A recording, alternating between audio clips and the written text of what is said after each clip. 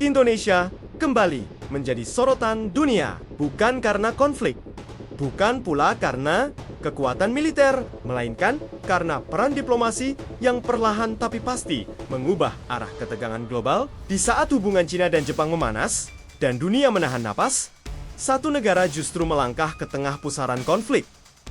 Negara itu adalah Indonesia. Langkah ini bukan gertakan, bukan pula kebetulan. Di bawah kepemimpinan Prabowo Subianto, Indonesia memilih memainkan strategi dua kaki, menjaga hubungan erat dengan Cina, sekaligus memperkuat kemitraan strategis dengan Jepang. Pendekatan inilah yang kemudian membuat Indonesia berada di posisi unik. Bahkan disebut sebagai salah satu pihak yang mampu menjembatani dua kekuatan besar Asia tersebut. Ketegangan Cina dan Jepang sendiri berawal dari pernyataan kontroversial Perdana Menteri Jepang, Sanae Takaichi. Ia secara terbuka mengkritik langkah Cina yang dinilai semakin agresif terhadap Taiwan. Menurutnya, stabilitas kawasan Asia Timur, bahkan keamanan Jepang, berada dalam ancaman serius jika situasi ini terus dibiarkan. Pernyataan tersebut langsung memicu reaksi keras dari Beijing. Pemerintah Tiongkok merespons cepat, tidak hanya melalui pernyataan diplomatik,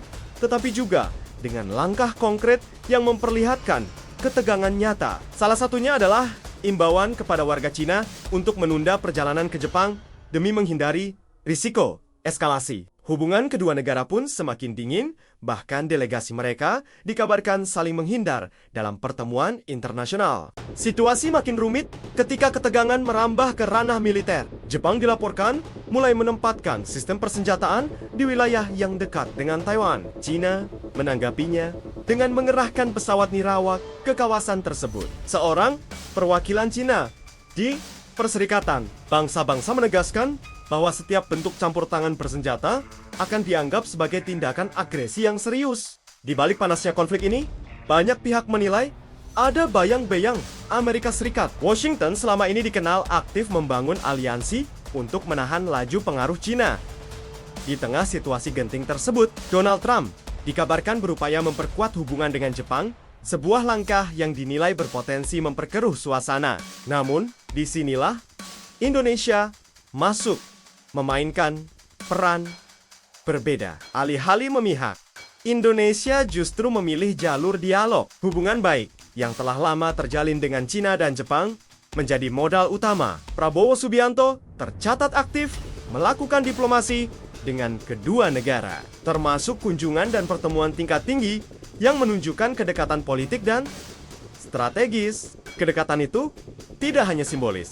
Pemerintah Indonesia melalui Menteri Luar Negeri dan Menteri Pertahanan terus mendorong kerjasama konkret mulai dari isu politik, keamanan kawasan, hingga pertahanan. Indonesia menegaskan komitmennya pada stabilitas regional, sekaligus memperlihatkan bahwa diplomasi tetap menjadi senjata utama. Langkah Indonesia ini juga didorong oleh kepentingan nasional. Konflik di Asia Timur, khususnya di sekitar Selat Taiwan, berpotensi berdampak besar pada jalur perdagangan global. Indonesia sebagai negara maritim sangat berkepentingan agar ketegangan tidak berkembang menjadi konflik terbuka yang bisa mengganggu perekonomian kawasan. Sejumlah pengamat menilai, upaya Indonesia justru membuat perhitungan Amerika Serikat berubah. Ketegangan yang semula dimanfaatkan untuk menekan Cina kini berbalik menjadi situasi yang sulit dikendalikan. Bahkan, muncul laporan bahwa komunikasi tingkat tinggi antara Cina dan Amerika kembali dibuka demi meredam eskalasi lebih jauh.